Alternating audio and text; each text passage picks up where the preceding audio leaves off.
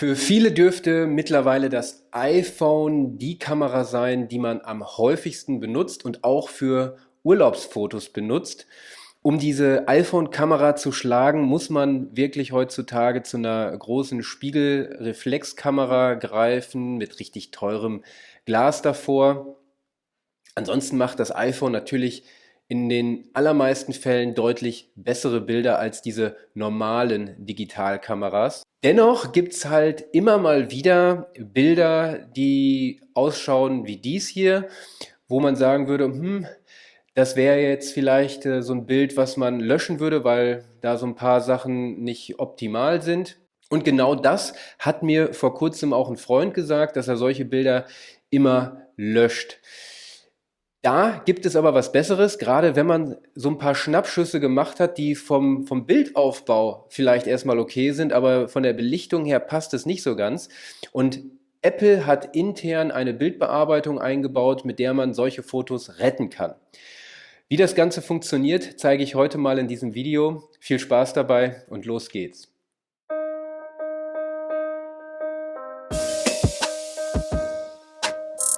Ja, was ist jetzt mit diesem Foto nicht in Ordnung? Also was man hier schon sieht, ist, dass das Foto zu dunkel ist. Steffi und ich, wir sitzen im Schatten unter Palmen und unsere Gesichter, gerade das von Steffi, ist besonders im Schatten. Und im Hintergrund ist der Strand richtig hell ausgeleuchtet. Das heißt, das Kontrastverhältnis in dem Foto ist erstmal nicht optimal. Dann habe ich das Foto auch noch zur Mittagszeit aufgenommen. Ist auch sicherlich der falsche Zeitpunkt. Die Schatten fallen so von oben ins Gesicht durch das harte Licht.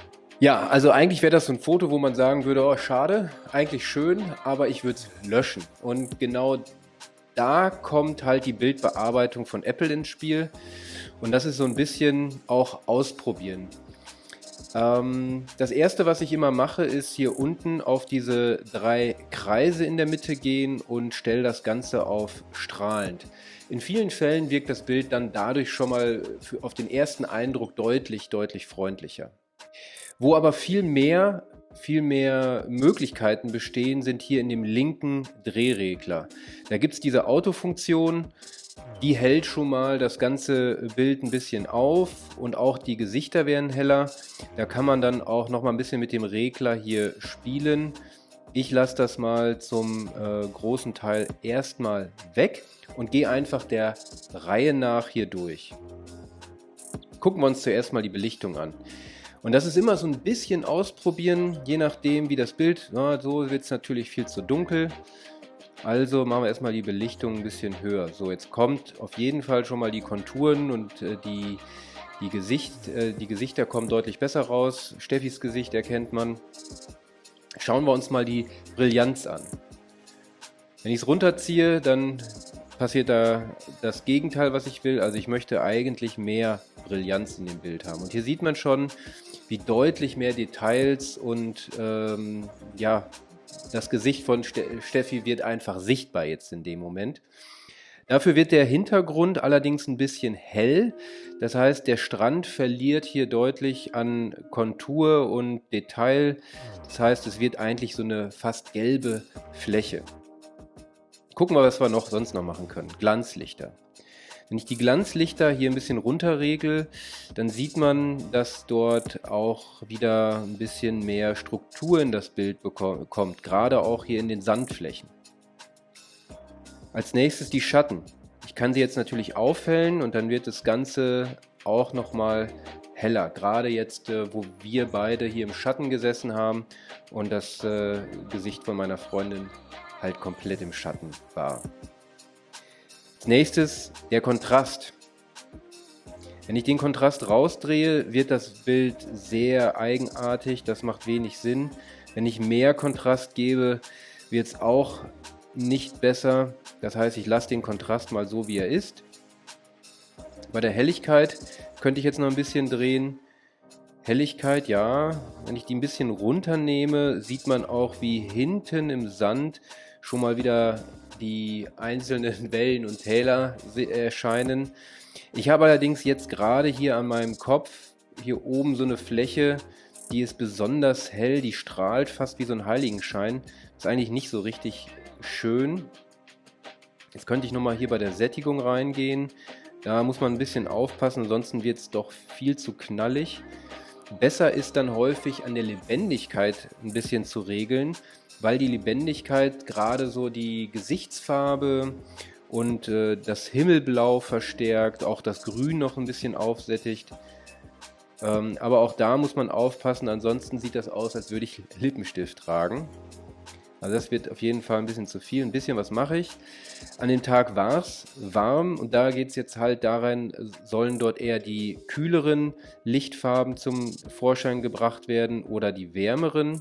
Wenn ich in den Bereich warm gehe, dann sieht man schon, okay, es wird halt ein bisschen gelbstichiger und die Hauttöne werden deutlich röter dargestellt. Ich kann hier noch mit dem Gesamtfarbton des Bildes spielen, hier ins gelb-grünliche, hier ins bläulich-lilafarbene. Das lasse ich jetzt an der Stelle mal sein. Das da oben an meinem Kopf, das finde ich ist noch so etwas, was mich extrem gerade stört. Da gucke ich nochmal zurück, ob ich hier bei der Helligkeit, na da mache ich mal nichts. Beim Kontrast, nee. Das bringt es auch nicht so richtig. Und bei den Schatten, ja, muss mal gucken, ob ich hier nicht mit den Glanzlichtern noch was machen kann. Ja, so richtig auch nicht. Der Brillanz. Ja, vielleicht so ein bisschen, ja. Ja, da geht zum Beispiel noch was. Okay. So. Jetzt gehe ich mal weiter. Ich war vorhin hier stehen geblieben. Schärfe. Ich gehe da mal ein bisschen ins Bild rein. Hier gerade an meinen Bartstoppeln sieht man die Schärfe besonders gut. Jetzt kommt da nochmal richtig was rein. Und bei der Auflösung gehe ich nochmal zurück. So ohne, jetzt mit. Ich lasse die Auflösung mal so, wie sie ist. Was jetzt natürlich noch auffällt, hinten der Horizont, der kippt ja völlig zur Seite. Da gibt es ganz rechts die Möglichkeit, den Horizont auch nochmal auszugleichen.